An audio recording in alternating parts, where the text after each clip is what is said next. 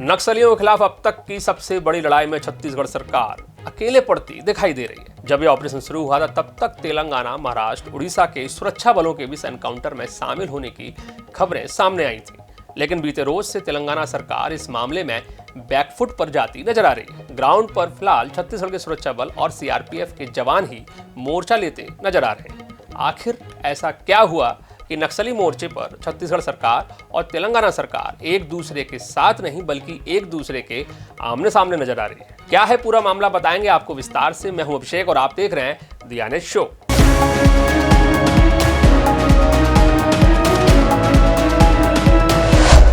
हमारे आज की पहली स्टोरी में हम आपको बताएंगे कि भारत के सबसे बड़े नक्सल ऑपरेशन को लेकर छत्तीसगढ़ और तेलंगाना के बीच किस तरह की राजनीतिक समस्या चल रही है। हमारी दूसरी स्टोरी रहेगी आईबी चीफ को लेकर।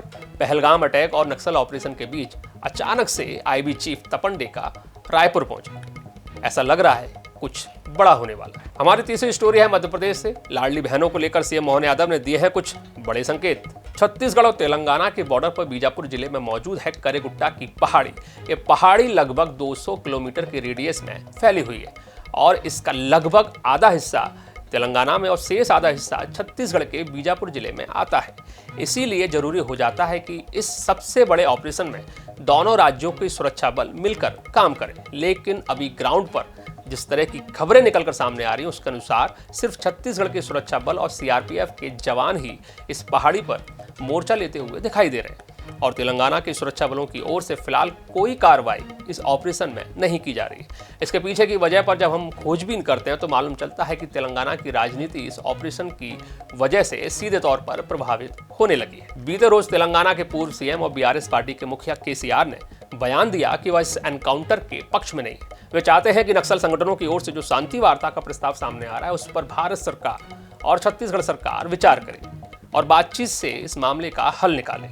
वे साथ में आरोप भी लगाते हैं कि छत्तीसगढ़ सरकार नक्सल एनकाउंटर की आड़ में भोले बाले और गरीब आदिवासियों को मार रही है। उनके इस आरोप पर बीजेपी नेता अजय चंद्राकर भी पलटवार करते हैं और बोलते हैं तेलंगाना राज्य के गठन में केसीआर और नक्सलियों के गठजोड़ के बीच किस तरह के रिश्ते थे पूरा भारत जानता है। लेकिन केसीआर अब तेलंगाना के सीएम नहीं है, वे वहां के प्रमुख विपक्षी दल के मुखिया हैं।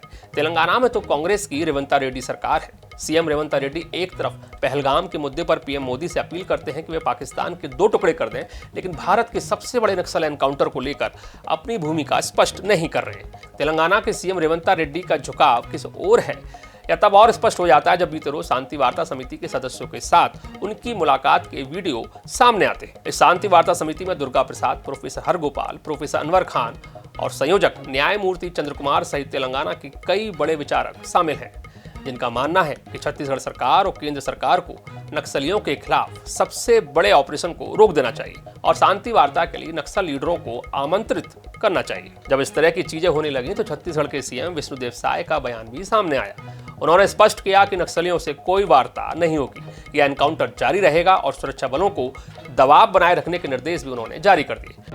अब देखिए, समीक्षा बैठक तो एक सतत प्रोसेस है। सभी विभागों का समीक्षा बैठक करते रहते हैं जो अब लगातार चल रहा है और अभी जो सबसे बड़ा नक्सल ऑपरेशन चल रहा है छत्तीसगढ़ और तेलंगाना के बॉर्डर में पहाड़ी पर, उस पर भी एक जानकारी लिए हैं और हम धन्यवाद देना चाहेंगे हमारे सुरक्षा बल के जवानों को जो 44 डिग्री गर्मी में भी और पत्थरों के बीच में, वहाँ पर पहाड़ी में पेड़ पौधे भी नहीं है, छाया भी नहीं है, पानी की भी व्यवस्था नहीं है, वहाँ पर मोर्चा संभाले हुए हैं। कुल मिलाकर अब भारत के सबसे बड़े नक्सल एनकाउंटर को लेकर 2 राज्य सरकारों के बीच में मतभेद निकलकर सामने आ रहे हैं। लेकिन इसके बावजूद छत्तीसगढ़ सरकार और यहाँ के सुरक्षा बलों के हौसले कम नहीं हुए और करेगुट्टा की पहाड़ी पर लगातार 8वें दिन भी एनकाउंटर लगातार जारी है।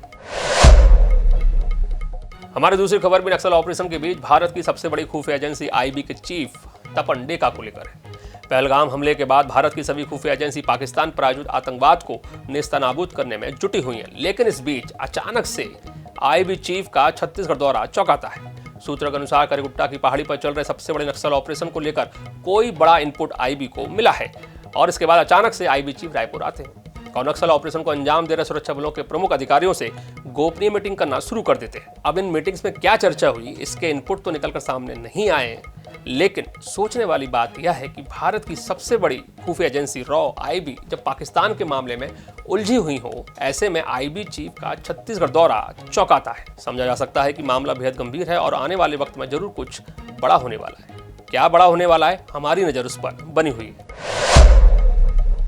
और आखिर में एक सुखद खबर के कुछ संकेत मध्य प्रदेश के मुख्यमंत्री डॉक्टर मोहन यादव ने दिए हैं। सीएम मोहन यादव ने जनसभा में लाडली बहनों को लेकर कुछ ऐसा कहा है जिसके बाद राजनीतिक गलियारों में उसकी चर्चा शुरू हो गई है। क्या कहा है डॉक्टर मोहन यादव ने, आइए आपको पहले वो सुनवाते हैं। जोरदार ताली बजाओ हमारी लाडली बहनाओं के लिए।